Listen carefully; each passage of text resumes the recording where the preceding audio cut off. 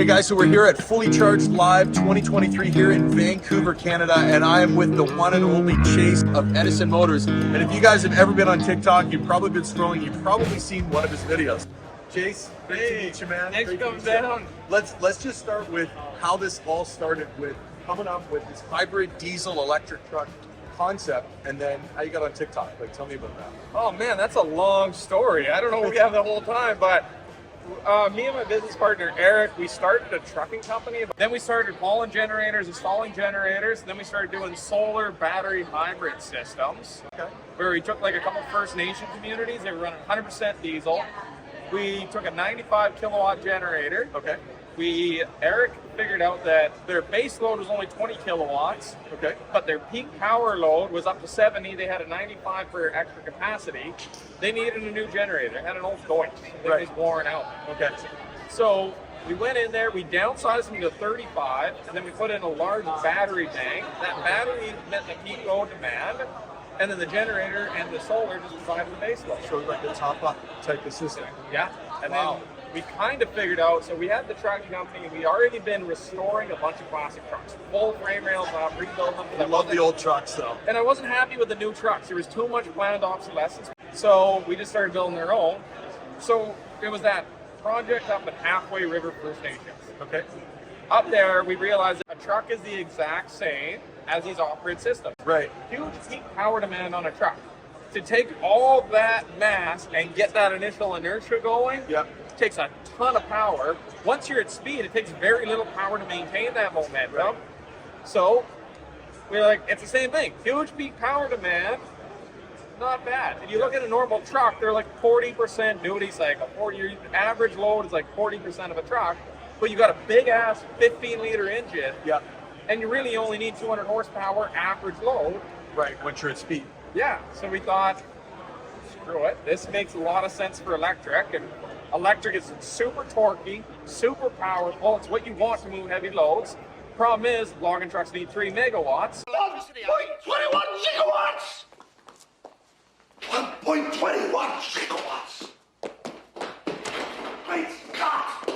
So for both aspects of this, we're like, this is a no-brainer.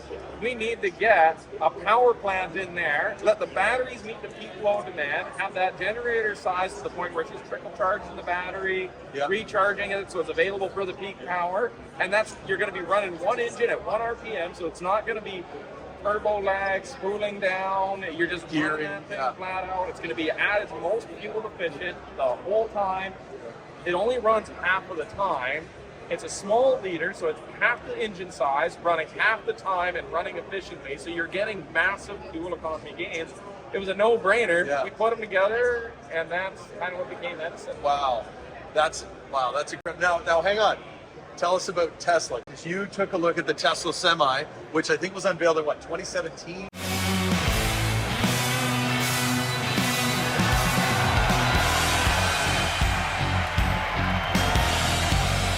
Yeah, 2016, 2017. I don't even remember. It was a while ago. So that ago. kind of pissed you off, didn't it? Yeah, I believed in electric, and that was before we even started doing the generator systems. I'm like, hey, electric makes sense. Yeah. Like, we're doing a lot of logging, especially in BC. You're going up empty, coming down loaded, so that regenerative braking is going to be fantastic for the logging. So we reserved the Tesla Semi, and we put down, I think it's like $25,000, whatever the deposit was. Eric knows the chunk of exact change. amount. Yeah, it was a chunk of change. Yeah. And after like 5 years of waiting for a truck that we've reserved and never came back, and we looked at all the advantages of doing all of this hybrid stuff, and like we said, we'll build our own truck. Give me the money back. So we contacted Tesla, and I'm like, give me my money back for the reservation. They refunded the money. We used that money to start the electric truck company, and we're like, okay, well, if we're going to build our own truck. That was the blue truck. That was the blue truck, the first one we made. So we literally used the money refund from our Tesla Semi that was as your the seed money. Wow. Yeah, to start That's freaking hilarious. Like, Elon, I hope you're watching. So like, wow. And here it is. It was the only name we could come up with. Like, we thought of like, what do we call this company? We're like, well, screw it. We're taking the money back from Tesla to build our own electric Semi. So we're stealing Tesla's idea to build an electric Semi. Edison Motors. There you go. Tesla's idea. Wow, what a story, man. That's incredible. Well, I got to tell you, I discovered you on TikTok, and my first reaction to the first video. So it was one of your early videos when you're talking like concept and all that sort of thing. Was like, this guy's trolling electric vehicles. And it wasn't until I started following along a little bit more, I'm like, no, wait a minute, this guy's like totally pro-electric. And really from a super technical standpoint, and from an industry that nobody's even thought of for electric. In fact, I was talking to one of your other guys, and he was saying that a lot of brands like Kenworth and Volvo and Peterborough, a lot of these guys have actually pulled out. It's just basically like Oshkosh is still building wagon trucks. The heavy spec, and the Oshkosh just does military trucks. Right. So they were keeping, I guess, military contracts or whatever. So yeah, you guys getting into this industry kind of is like pretty smart, man. Oh, and a lot of people don't realize that, like that Kenworth C500, Western Star 6900 XT, both of them shutting down, but they're bay-built trucks. Right. So they're not built on an assembly line. They're built and hand-assembled by a team of mechanics. Really? Yeah, because they're so custom. Once you get into crane trucks, bed trucks, winch trucks, like you get so custom in these trucks that it's like, oh, this just is not feasible to build on an assembly line. Right. So they build them all in bay. I'm like, well, we can compete with that. Like where that Volvo is, I don't know, about $160,000 for that Volvo. When you get into C500, you're getting into $500,000, $600,000, $700,000 truck prices. Yeah. Because they're being built by hand, to specs, to a heavier duty setup. But we can compete in that. So we kind of have like, well, this is where it makes most sense because they need the highest power output. So the electric makes sense for that. And they're being built by hand and they're expensive. So to compete isn't really thing. Doesn't make sense. So you could have the margins. Yeah. And because of this whole idea, it was almost like they say, when a lot of people thought we were joking, we absolutely reverse trolled it. I call it like a reverse troll. Yeah. Everyone like, hey, everyone's gonna think we're joking. The name is ridiculous. I love it. They're not gonna see us coming until we're here and at the show when we have something to show off. Incredible, man. I mean, it's amazing. And then, so you guys built this for what did this run you to cost to build it? The total build, research, development, engineering was about 1.5 million. 1.5 billion. And how long did it take you to build this? It took about 6 months of engineering and 6 months of actually building. Wow, a year. Incredible.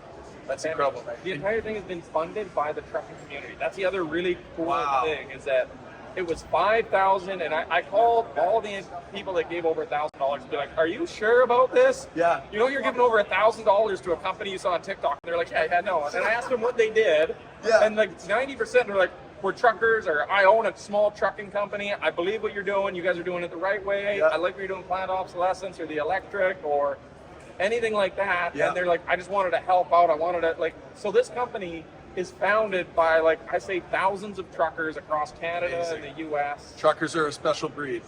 And on an off note, I did scoot up to Ottawa when there was a whole lot of truckers there, and I met a lot of good people. This is not political or anything, but truckers, man, they got a special place for sure. They're definitely good people. A lot of good guys out there, a lot of good girls. Oh yeah. Yeah, it's exciting to see everybody band together and get behind really a grassroots movement. And 100% Canadian too, guys. Whereabouts in BC are you guys located? We're out of Merritt, BC. Okay, very cool. So you're putting Merritt on the map. Well, it's about time that truck manufacturing came back. You know that truck, that 1962 there? Yeah. This truck was built 5 blocks away from here, back in the 60s. Really? That was made in Vancouver, BC. If you open that door plate right there, it says Vancouver, BC on the door.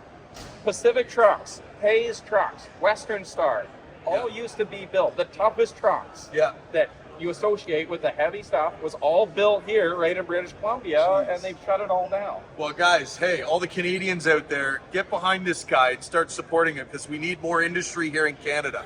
This has to come back to our soil here, guys. Take back what's rightfully ours. So listen, Chase, thank you very much. Congratulations on the build, man. Thanks. And all of Canada is right behind you, man. You got to get behind this industry, man, 100%. So make sure you guys follow along. Edison Motors.